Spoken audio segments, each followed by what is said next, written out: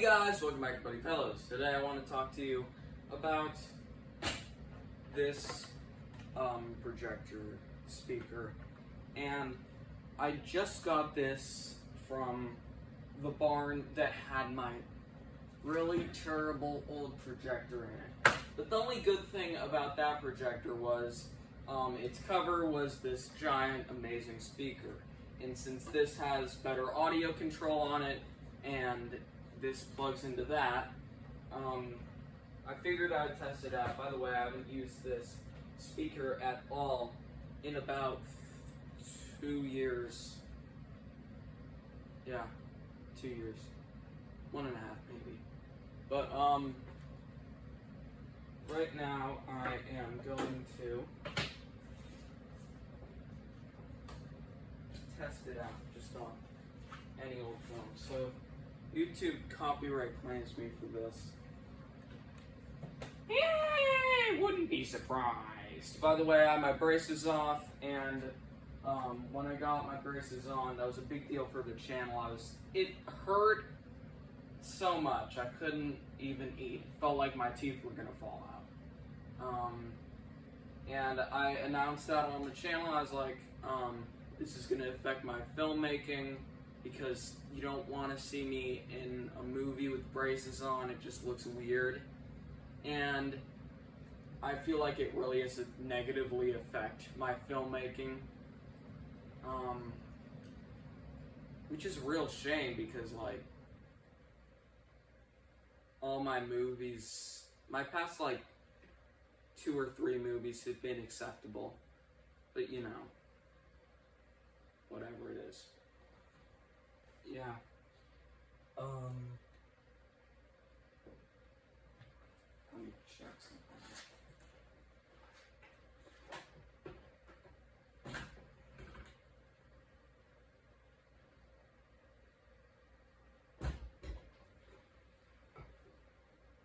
No.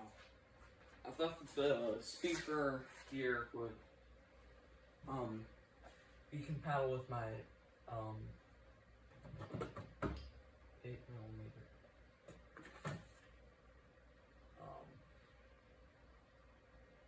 What to play, honestly.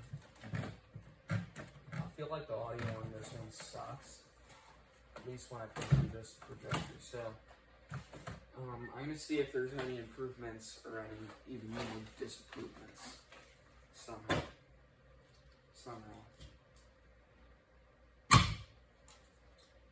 Alright.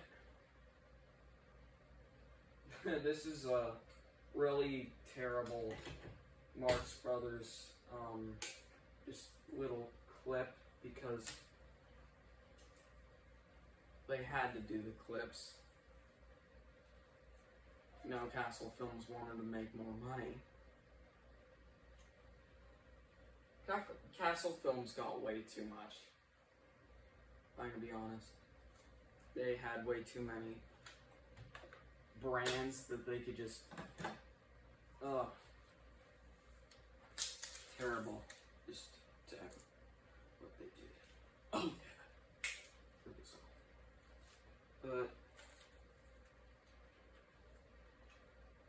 But I've played this before, and it's so terrible. And usually when you're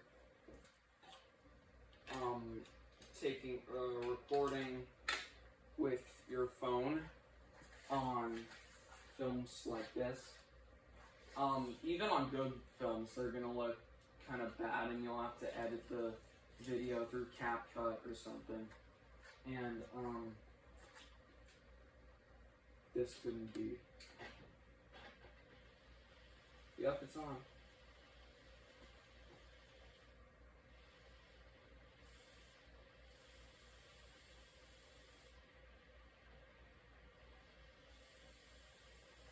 Good audio control.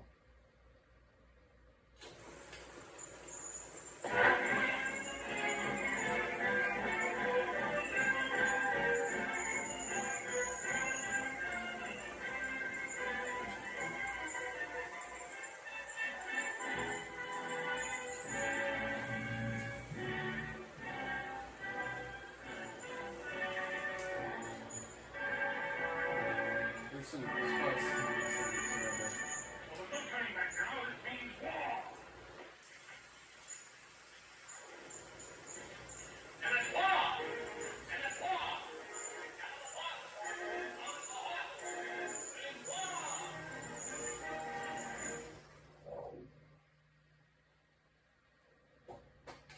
Yeah.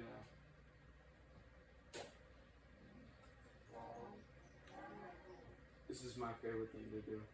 And it doesn't even damage the film when you do this. You just play it through the audio thing.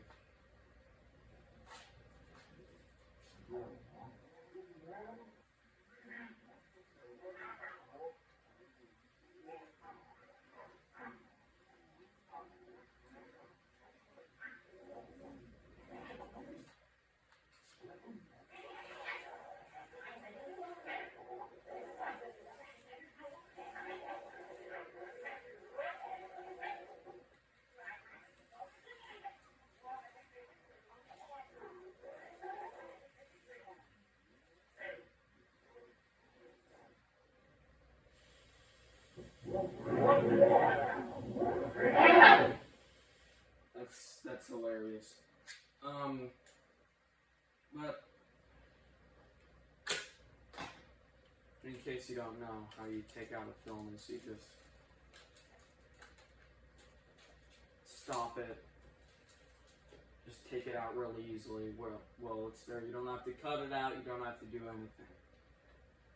That's film rewinding for newbies.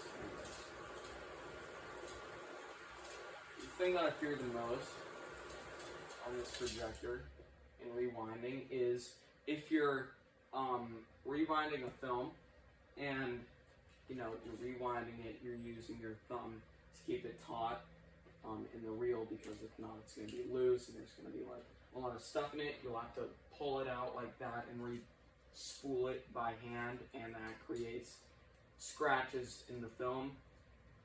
But when I'm doing that and keeping it taut so I don't have to hand spool it, the metal part will make a huge arc and shock my thumb. Can't get a break, honestly. And of course I'm storing this in a pizza box because it doesn't deserve anything. But I have, if you don't know, I have, with Marx Brothers, I have, animal crackers, horse feathers, monkey business. I wish I had duck soup. I'll probably get it eventually. I don't need the coconuts on film. I feel like that just sucks. Honestly, it would be really rare to find, geez, that was a terrible voice crack. A print of the coconuts on 16mm film, because the film was made in 1929. So, also on YouTube they keep posting upscales, and like it's in public domain now. So they keep posting like 4K upscales, but it keeps getting copyright claim, take it down, all that stuff. And I really wish that didn't happen, because I couldn't even understand the film on its own. But on the subject of feature films, that was what I was talking about in the first place. Alright, animal crackers, horse feathers, monkey business, A Night at the Opera, which isn't that good. A Night at the Opera digest on 8mm, Super 8 film. This Is War, it's a scene from Duck Soup. Then in cartoons, in short subjects, I have Three Stooges movie Maniacs 1936, and I also have Buster Keaton Jailbait from 1937.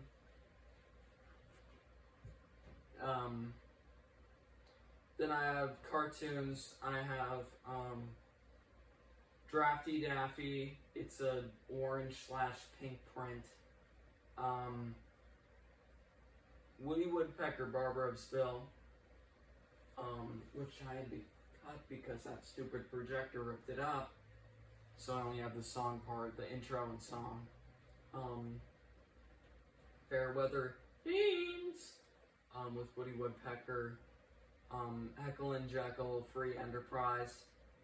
That was before they did the whole simplistic animation when it was good. And then I have Wet Blanket Policy with Woody Woodpecker.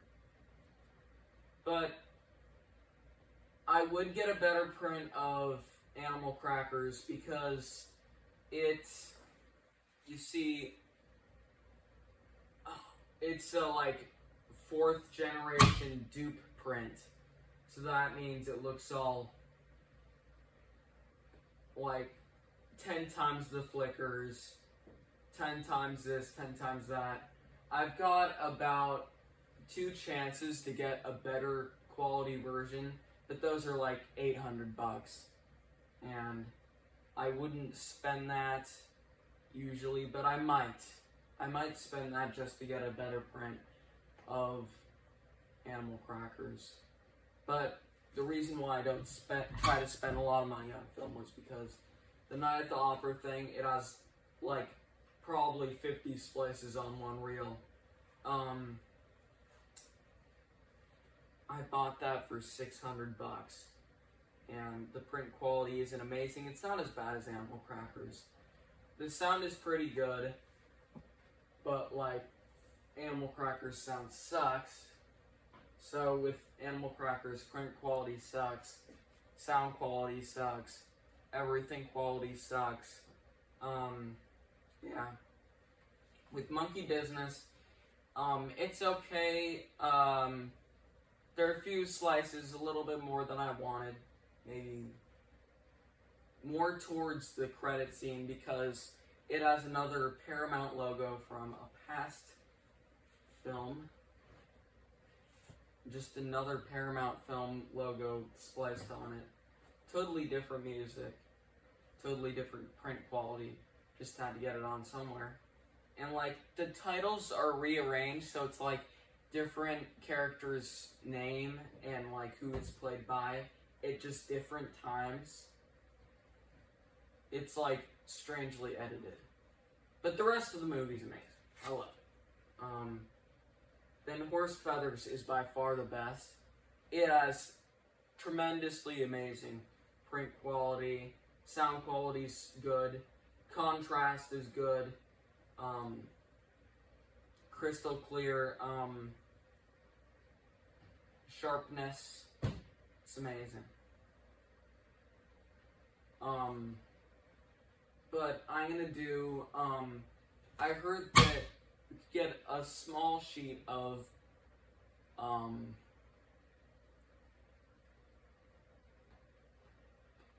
like a turquoise clear plexiglass, and if you attach it onto the lens and you run a film, if the film is pink, when the plexiglass is on, it gives back vibrant green and blue colors because of the plexiglass. And I may have to try that for a few of my films because I mostly buy red films because I don't really want to spend all of my money on good films in general. I mean, I feel like a plexiglass hack would work, but I haven't tried that, and I don't want to buy just a small, like, 2-inch plate of plexiglass to put on the lens. Might not even work, but I saw it in a guy's video. He's like, oh yeah, if you have the plexiglass there, it'll make it less orange. And it actually worked, but I can't find the video. The video's like 10 years old, so there's no way he could have digitally remastered that and tweaked the colors, because it didn't exist. Also, the guy's channel's like 5 subscribers. Yeah, some updates for the channel. Again, My channel's verified, so it thinks I'm 18 now. But, more movies, more everything.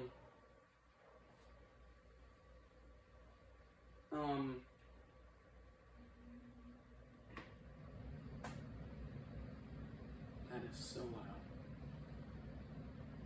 But, new movie, December 20th, is going to be really amazing, better than all the stuff that you've seen before.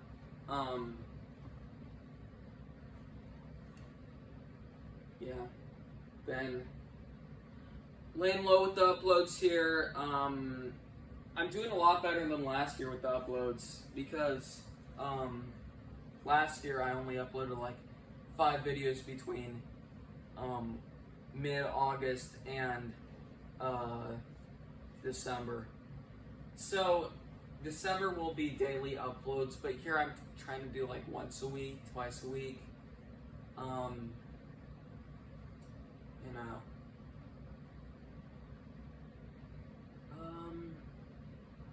Then December I will have daily uploads, and then I'll do the once, twice a week, hopefully, if I just get in that grand swing of things. Between January and March, and then April through mid-August, it'll be daily uploads. That's kind of my whole yearly schedule. My consistent viewers know that. My movie uploading schedule is yearly. I think the first one is in April 12th. The second one is in July 27th, I think. And then my last one is December 20th. That's coming up. So, going all out on this new movie. Peace.